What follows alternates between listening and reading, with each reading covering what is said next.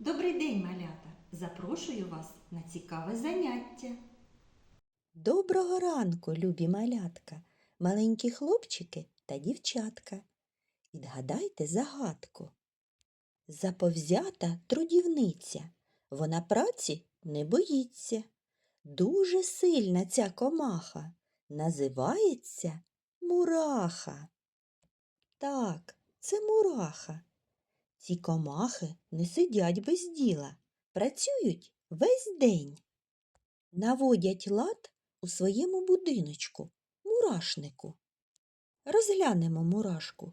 Що у неї є? Так, голова, тулуб, лапки, вусики, очі. Мурашки дуже швидкі комахи. Ой, а це що за краса? Діти бігають, стрибають, далі весело гукають. Ах, метелик, подивіться! Ось він метушиться. Та який же гарний, гожий, наче квітка прихороший. Малята, що ж це за комаха, схожа на квітку? Так, це метелик. Подобається вам метелик?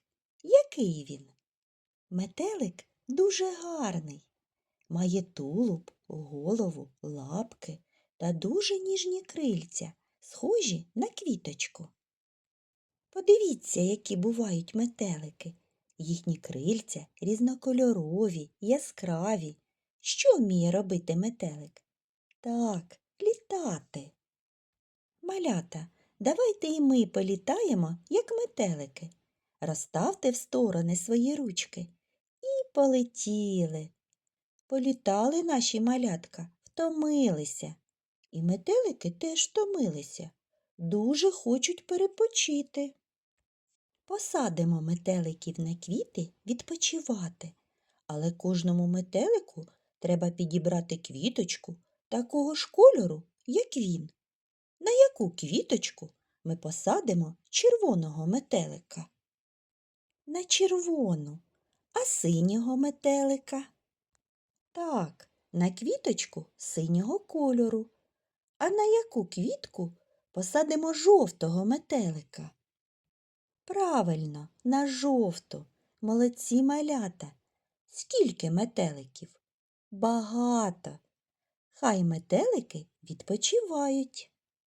Дітки, з ким ми сьогодні познайомились? Так, з мурахами та метеликами. Одним словом їх називають комахи. До наступної зустрічі, малята!